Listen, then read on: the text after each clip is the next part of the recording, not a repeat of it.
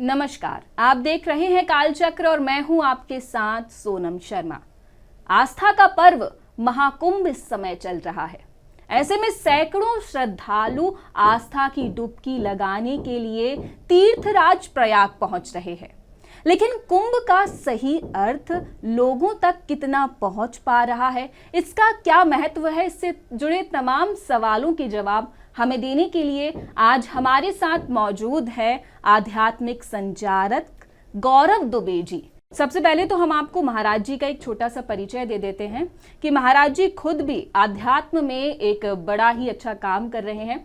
महाराज जी खुद भी तमाम देश के जो छोटे से बड़े संत हैं उनका साक्षात्कार लेते हैं, उनसे बात करते हैं, तमाम उनसे ज्ञान अर्जित करते हैं।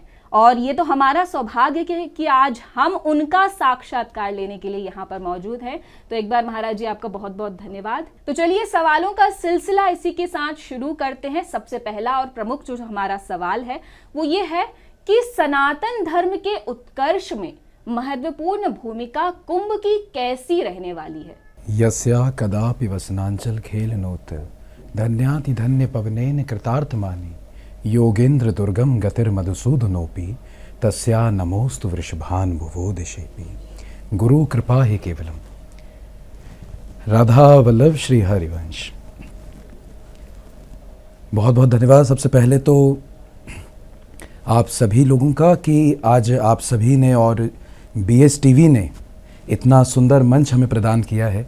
महाकुंभ की जो परंपरा है ये सनातन काल से रही है, हमेशा से ही रही है।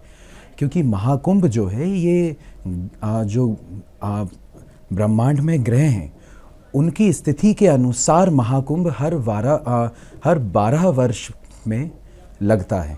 तो इस वजह से आध्यात्मिक इसका बहुत ही विस्तृत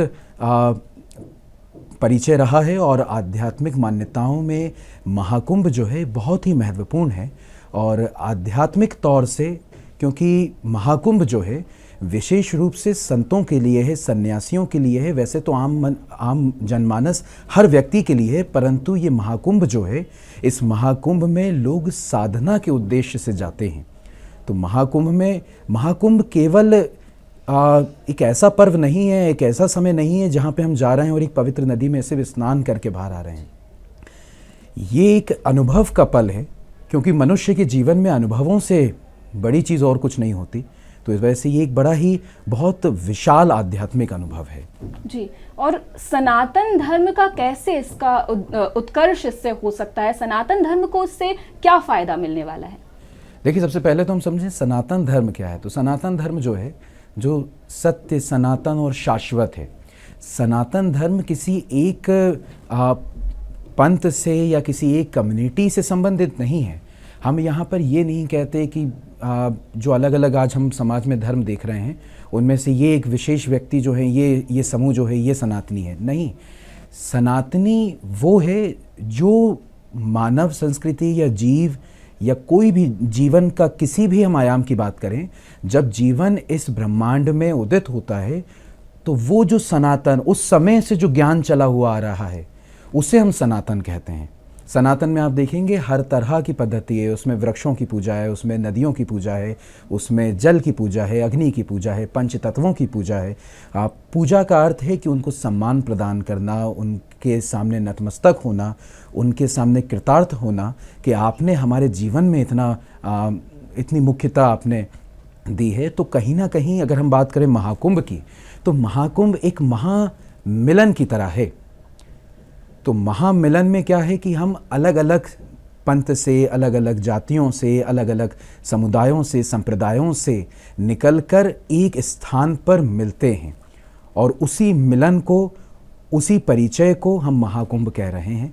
तो महाकुंभ बहुत ही महत्वपूर्ण है सनातन की दृष्टि से भी कि हम यहाँ पर अपनी समस्त पहचानों को छोड़कर और सिर्फ अपनी जो मानवता है उसे साथ लेकर आगे आ रहे हैं और सब लोग एक दूसरे से मिल रहे हैं और ज्ञान का आदान प्रदान। जी बिल्कुल, और शायद यही एक कारण है कि हम इसके लिए शब्द भी यही इस्तेमाल करते हैं, कुंभ मेला, यानी कि जहाँ पर सभी लोग इकट्ठा हो रहे हैं, सभी लोग एक दूसरे से मिल रहे हैं, एक ऐसा अवसर ये होता है। तो इसी के साथ महाराज जी हम दूसरे प्रश्न की ओर जाते हैं कि दूसरा प्रश्न हमारा ये है कि कुंभ में स्नान का विशेष महत्व होता है, तो स्नान करने से, कुंभ का स्नान करने से क्या फल प्राप्त होता है? और ऐसे लोग जो कि यहाँ नहीं जा पा रहे हैं भीड़ के कारण या किसी और कारणवश, तो ऐसे लोग क्या सदैव इस स्नान से वंचित रह जाएंगे? बिल्कुल, बहुत ही सुंदर आपने प्रश्न किया और इस प्रश्न के उत्तर में मैं बस यही कहना चाहूँगा। देखिए, सबसे पहली बात तो कि कुंभ में स्नान का क्या फल होता है। किसी भी चीज़ का फल हमें तब प्राप्त हो सकता है जब पहले तो हमें उस चीज़ पर विश्वास हो। एक बड़ी सुंदर एक कथा आती है और वो कथा जो है वो माँ अम्बा और भगवान शिव के मध्य एक वार्तालाप से प्रारंभ होती है कि जो माँ पार्वती हैं वो देखती हैं कि गंगा में कई लोग जा रहे हैं, स्नान कर रहे हैं और स्नान करके बाहर आ रहे हैं।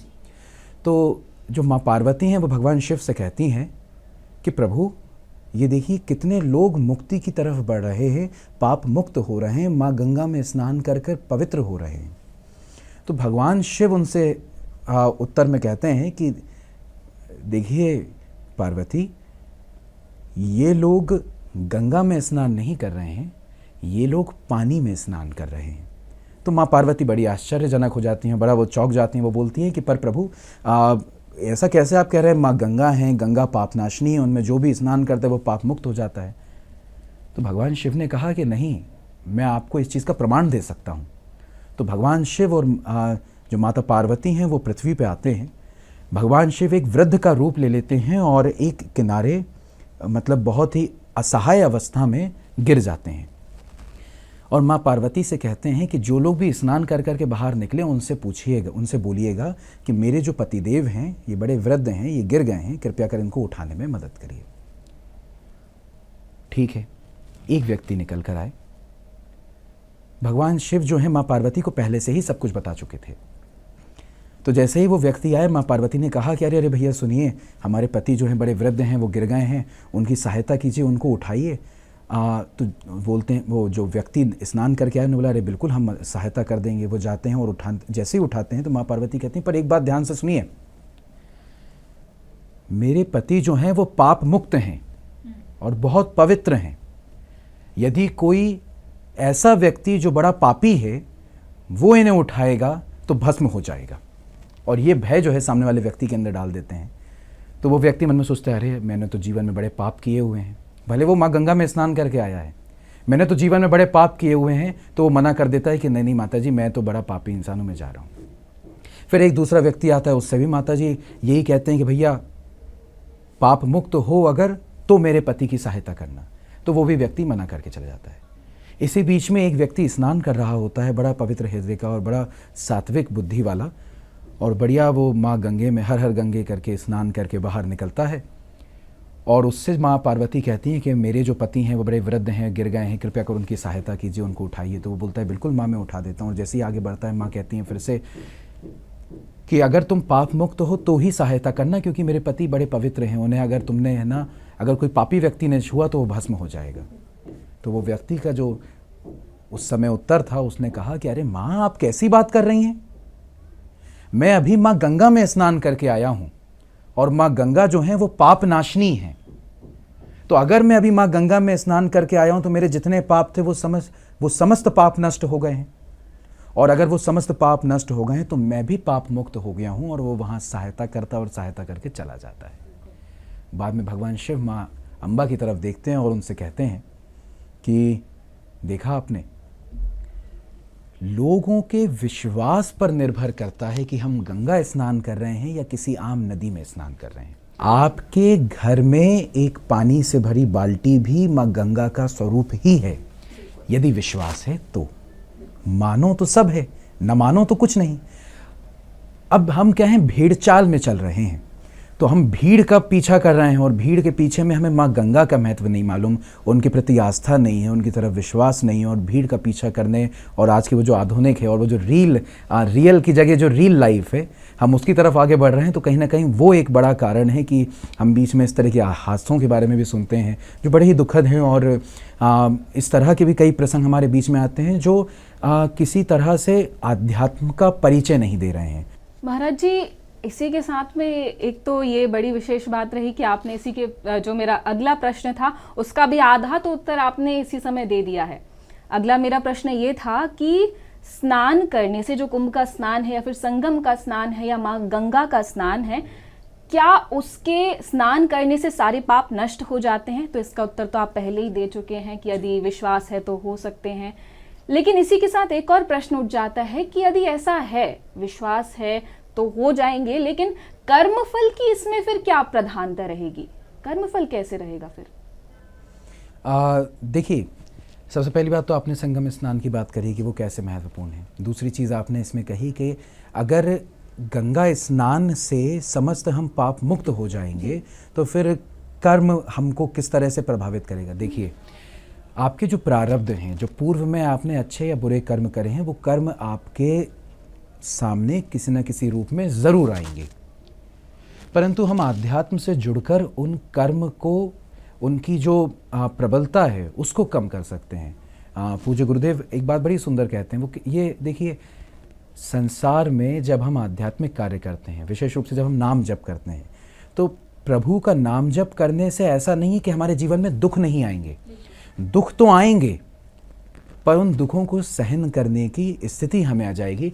आज के समय में देखिए सोनम जी, सबसे बड़ी लोगों की परेशानी ये है कि उनकी वास्तविक परेशानी क्या है उन्हें यही नहीं मालूम।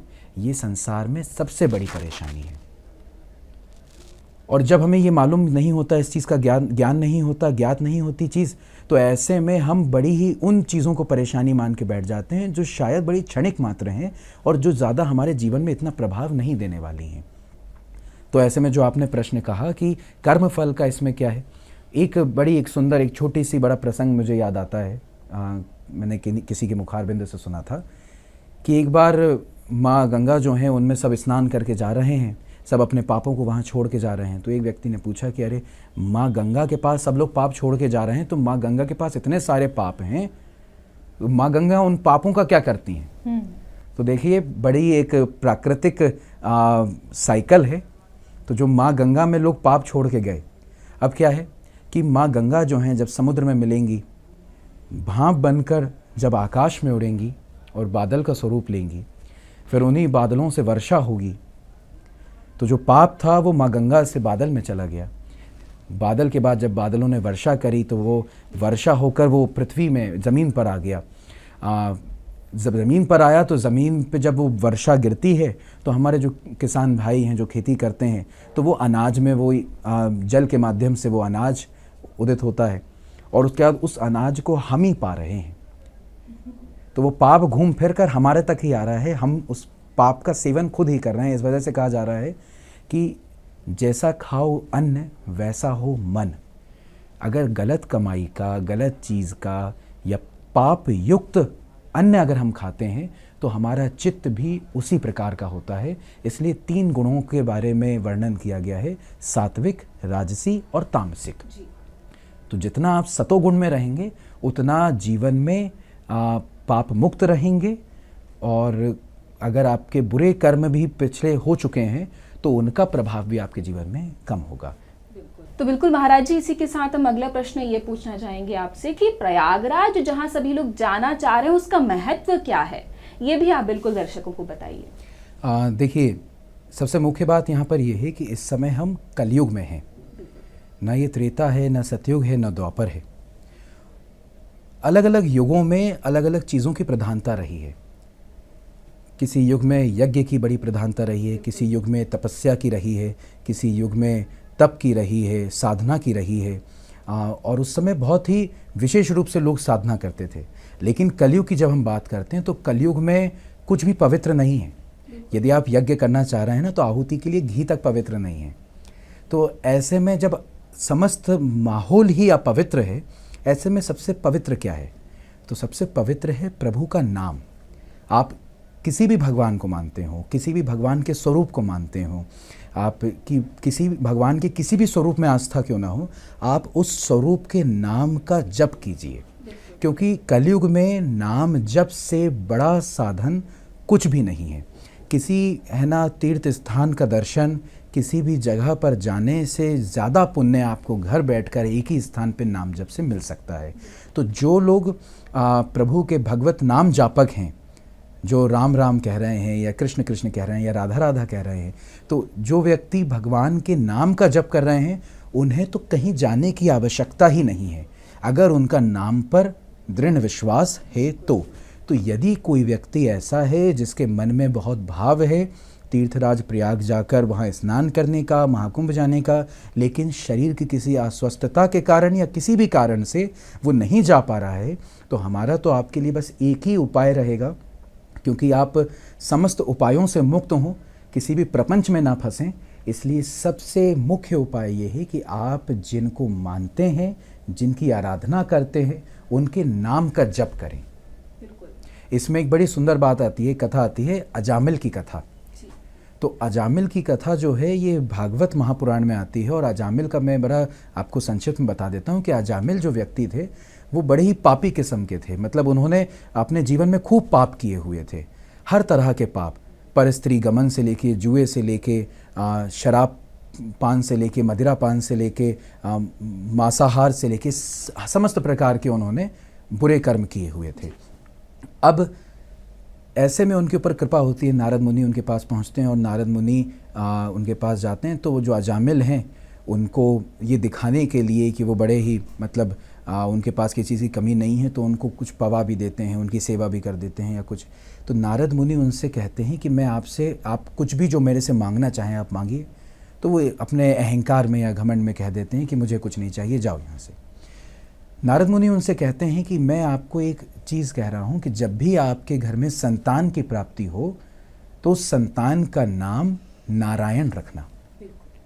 तो अजामिल के घर में जब उनको है ना एक पुत्र रूप में संतान की प्राप्ति होती है, तो उस पुत्र का नाम वो नारायण रखते हैं। और अंत समय में जब उनकी मृत्यु निकट होती है और जब वो उनके यम के जो दूत हैं उनके सामने आ जाते हैं, तो घबराहट में, क्योंकि सबसे ज़्यादा वो प्रेम जो थे, एक पिता जो है अपने पुत्र से करता है, तो सबसे ज़्यादा क्योंकि पिता अपने पुत्र से प्रेम करता है, तो उस प्रेम में अंत समय में वो नारायण नारायण चिल्लाते हैं, अपने पुत्र का नाम चिल्लाते हैं। तो भगवान श्रीमन नारायण जो हैं वो साक्षात वहाँ अवतरित हो जाते हैं, वहाँ जाते हैं, यम के दूतों को दूर हटा देते हैं और बोलते हैं कि इसने अंत समय में मेरे नाम का उच्चारण किया है, इसको कोई हाथ नहीं लगा सकता है, इसको मैं अपने श्रीधाम में लेकर जाऊंगा। बिल्कुल, यानी कि नाम की जो महिमा है वो इतनी ज़्यादा बड़ी है कि जैसे आप गंगा स्नान में विश्वास करके अगर आप स्नान करते हैं तो बिल्कुल आपको उसका फल मिलता है, वैसे ही आप नाम का भी स्नान एक तरह से कर सकते हैं, वो भी घर पे बैठे बैठे, जिसका फल आपको बिल्कुल प्रयागराज के स्नान जैसा ही मिल सकता है। एक और महाराज जी, एक प्रश्न बड़ा उठ रहा है आज के समय पे कि जो सोशल मीडिया का आजकल ज़माना चल रहा है, ऐसे में कुंभ से जुड़ी भी अब तस्वीरें और बहुत सारी ऐसी वीडियोस वायरल हो रही हैं। इन सभी तमाम जो मसले चल रहे हैं, इन पर आपका क्या कहना है? देखिए, बिल्कुल इस बार का जो कुंभ है बड़ा ही महत्वपूर्ण है हर दृष्टिकोण से। यहाँ पर आध्यात्म का मेला भी है, और आज के जो आधुनिक युग है उसके लिए कंटेंट का भी मेला है। तो उस कंटेंट के कारण कहीं ना कहीं जो कुंभ है वो अपने मुख्य उद्देश्य से थोड़ा बहुत भटकता हुआ नज़र भी आता है कि यहाँ पर ये जो कुंभ है ये साधना का कुंभ है, ये भक्ति भाव का कुंभ है, ये प्रभु की आराधना का कुंभ है। ऐसे में इस कुंभ की दिशा को अब किसी और तरफ मोड़ा जा रहा है। ऐसे में बड़ा ही कष्ट भी होता है, दुख भी होता है। तो कुंभ का जो वास्तविक स्वरूप है उसे हमें बचा के रखना चाहिए। और ये जो आधुनिकता के कारण या फिर जो रील का ज़माना है, तो ऐसे में हमें रियलिटी को बचा के रखना चाहिए, और ये रील का जो ज़माना है इससे बचना चाहिए। जी बिल्कुल। साथ ही इसके बाद अब हम अंतिम प्रश्न की ओर बढ़ते हैं कि जो कुंभ में तमाम जो अखाड़े हैं वहाँ पर वो किस तरह से धर्म परिवर्तन जो हो रहा है, आजकल ऐसी खबरें भी बहुत सी सामने आ रही हैं, या फिर आराध्य हुए, भगवान हुए, आध्यात्म हुए या साधन हुए, इस तरह कैसे लोगों को लेकर जा रहा है जनसमूह, इससे किस तरह से प्रभावित हो रहे हैं? देखिए, अखाड़े जो हैं कुंभ में वो बड़े महत्वपूर्ण हैं। इतिहास के दृष्टिकोण से भी अगर अखाड़ों के इतिहास में हम जाएं तो कुल 13 प्रमुख अखाड़े हैं जी। और इन अखाड़ों की जो स्थापना है वो प्रातः स्मरणीय पूज्य श्री आदि गुरु शंकराचार्य जी के द्वारा की गई है। और इन अखाड़ों का मेन उद्देश्य ये रहा, मुख्य जो उद्देश्य है इन अखाड़ों का, क्योंकि उस समय में जब ज्ञान को आदि गुरु शंकराचार्य जी प्रदान कर रहे थे, उस समय उनके मन में एक विचार आया कि सिर्फ हम सनातन को शास्त्र के बल पे नहीं बचा सकते, हमें शस्त्रों के ज्ञान का भी बड़ा शस्त्रों का ज्ञान भी बहुत ज़रूरी है। तो ऐसे में उन्होंने अखाड़ों की स्थापना करी और उन अखाड़ों में शास्त्र के साथ साथ शस्त्रों का ज्ञान भी दिया जाता है। तो ऐसे प्रमुख 13 अखाड़े हैं, जिनमें से 7 अखाड़े जो हैं वो सन्यासियों के अखाड़े हैं, और जो 3 अखाड़े हैं वो वैष्णव अखाड़े हैं, और बाकी अन्य अखाड़े जो हैं वो उदासीन अखाड़े हैं। तो ऐसे में वो अखाड़ों का भी बड़ा मुख्य इसमें किरदार है। अब इस कार्यक्रम के अंत में हम एक रैपिड फायर राउंड ज़रूर आपके साथ करेंगे। इस रैपिड फायर राउंड में हम आपके सामने एक शब्द बोलेंगे, उस शब्द का उत्तर भी आपको एक ही शब्द में देना होगा। तो हम शुरू करते हैं। तो सबसे पहला जो शब्द है वो है, ये सभी शब्द जो हम आपको बता दें कि कुंभ से ही जुड़े हुए हैं। पहला जो शब्द है वो है संत।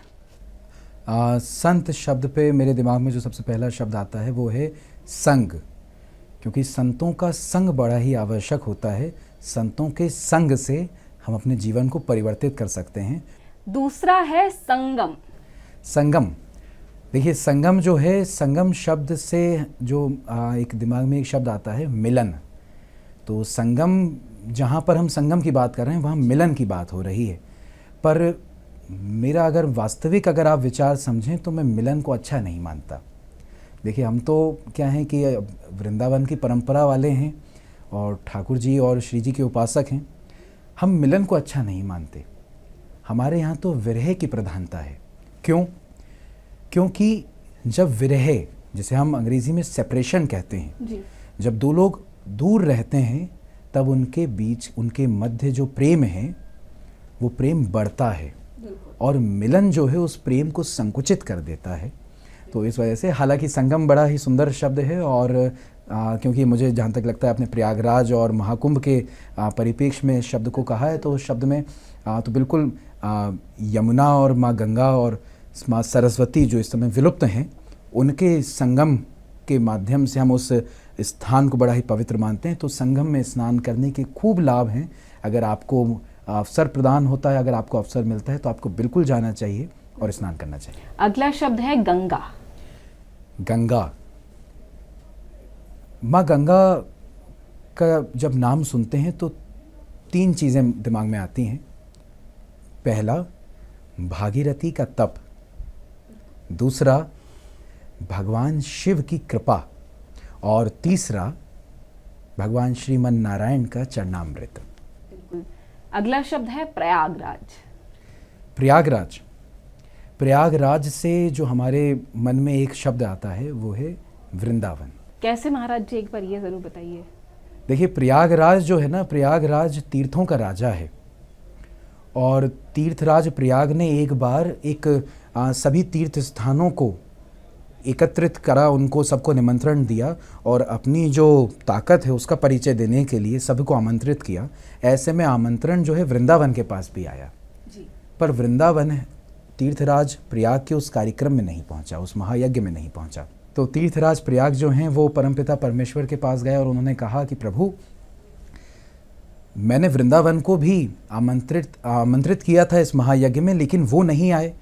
देखिए उनकी कितनी दुष्टता है। तो भगवान ने उनको उत्तर दिया कि सुनिए, आपको मैंने तीर्थों का राजा बनाया है, अपने घर का राजा नहीं बनाया। तो बिल्कुल, वृंदावन भगवान का घर है तो उसका राजा कैसे हो सकता है कोई भी। तो अगला शब्द जो है वो है महाकुंभ। एक शब्द में कहना बड़ा मुश्किल है, परंतु हाँ, इसको हम एक शब्द दे सकते हैं, महामिलन। जहाँ समस्त जो मानव समाज है वो एक स्थान पर आकर एक दूसरे से मिल रहा है और ज्ञान का आदान प्रदान हो रहा है। अंतिम जो शब्द है और वो सबसे हम कह सकते हैं इस पूरे साक्षात्कार का सार है, वो शब्द है शिव। भगवान शिव। पंडित रावण जो हुए, राक्षस रावण की बात नहीं कर रहा, पंडित रावण की बात कर रहा हूँ। वो इस शब्द के लिए कहते हैं, जटा टवी गलत जल प्रवाह पावित स्थले गले विलंब लंबिताम भुजंग तुंग मालिकाम डमर डमर डमर डमन निनाद वड्ड मरवयम चकार चंद्र तांडवम तनु तुना शिवा शिवम। भगवान शिव जो हैं, देखिए एक बड़ी छोटी सी मैं आपको बात बताऊं। किसी गूंगे व्यक्ति को गुड़ खिला के उससे पूछो कि इसका स्वाद कैसा है, तो एक गूंगा व्यक्ति गुड़ खाने के बाद उस गुड़ का स्वाद ले तो सकता है, पर उस स्वाद के बारे में बताने में असमर्थ है। तो जब आप भागवतिक नाम लेते हैं, प्रभु का नाम लेते हैं, तो उन प्रभु की व्याख्या करने में मैं उसी प्रकार हूँ जैसे गूंगा व्यक्ति गुड़ खाने के बाद उस गुड़ के बारे में बताने के लिए होता है। तो बहुत बहुत धन्यवाद महाराज जी आपका। आपने बड़े ही अच्छे विचार हमारे साथ रखे, हमारे दर्शकों तक बहुत ही अच्छी चीज़ें, आध्यात्म से जुड़े जो विचार हैं वो पहुँचे हैं। इसी के साथ मैं सोनम शर्मा आपसे विदा लेती हूँ। आशा करती हूँ कि ये जानकारी आपके लिए लाभकारी होगी। राधे राधे।